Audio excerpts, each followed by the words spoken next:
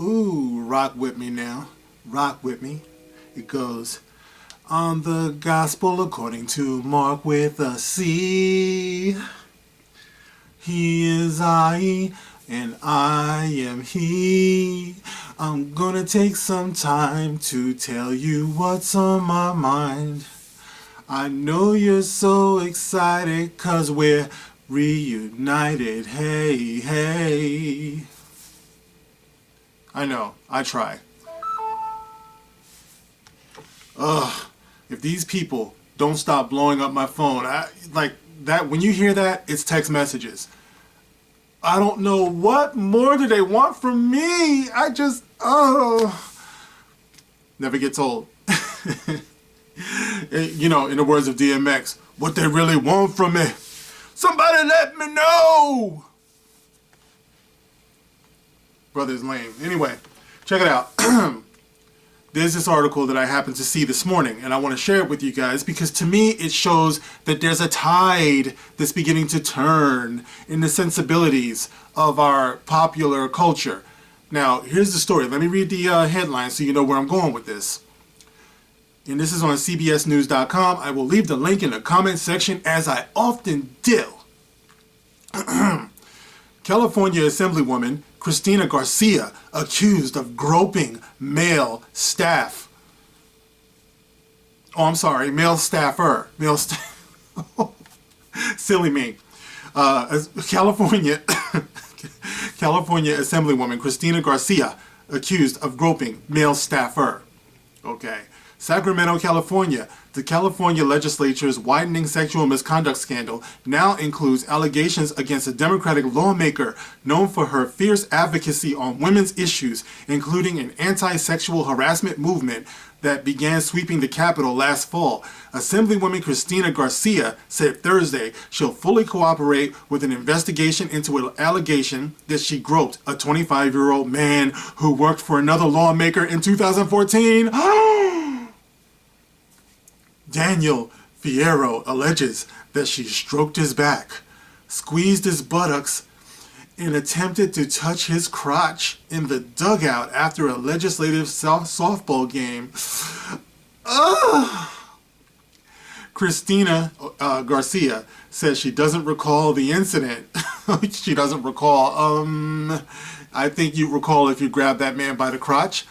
She doesn't recall. Fierro didn't report it at the time, but in January told his former boss, Democratic Assemblyman Ian Calderon, who reported it to Assembly leaders. Speaker Anthony Rendon confirmed an investigation is underway on Thursday, as Politico first reported it. I trust that while the investigation proceeds, Assembly member Garcia will respond appropriately and in a way that fortifies the legislature's effort to create a new climate, he said in a statement. Garcia is the latest lawmaker and the first woman in the California legislature to face accusations following the Me Too movement, which began last fall as a social media campaign used by millions to tell personal experiences with sexual harassment. Garcia told CBS News last year that a lobbyist grabbed her inappropriately several years ago, and that the issue of sexual harassment is not only nonpartisan, it shouldn't even be just a woman's issue. Well, you got your wish there, Christina, because now it's a man. And I just wanted to comment on this because I want to point out to you guys, because this is not the first story that I saw where it's starting to be women who are outed as also being guilty of sexual misconduct. Go figure.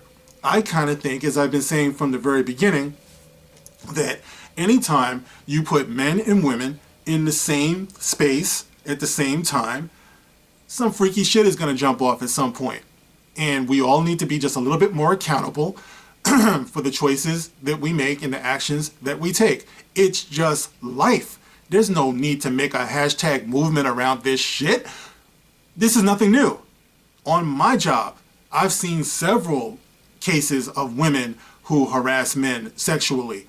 Man, I've had my ass smacked a few times on the job.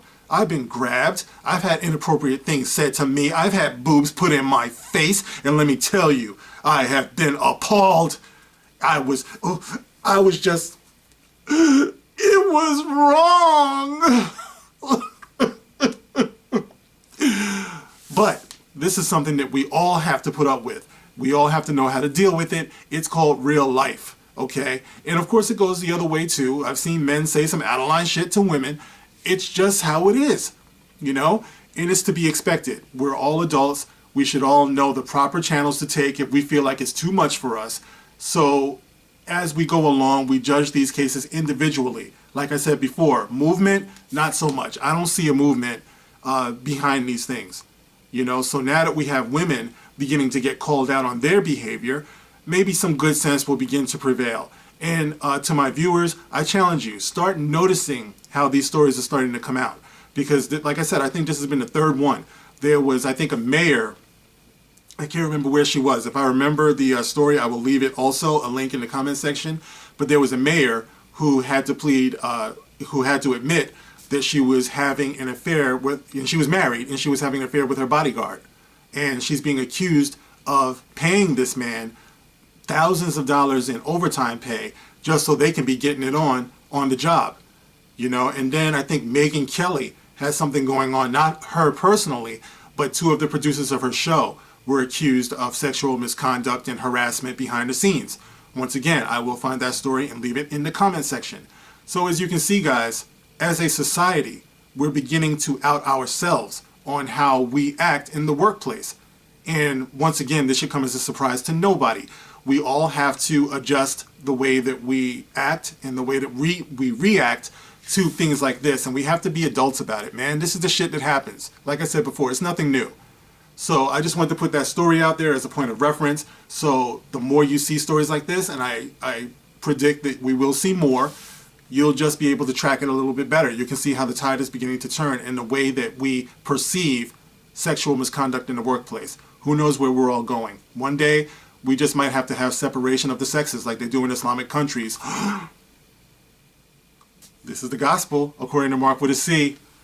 Rock on.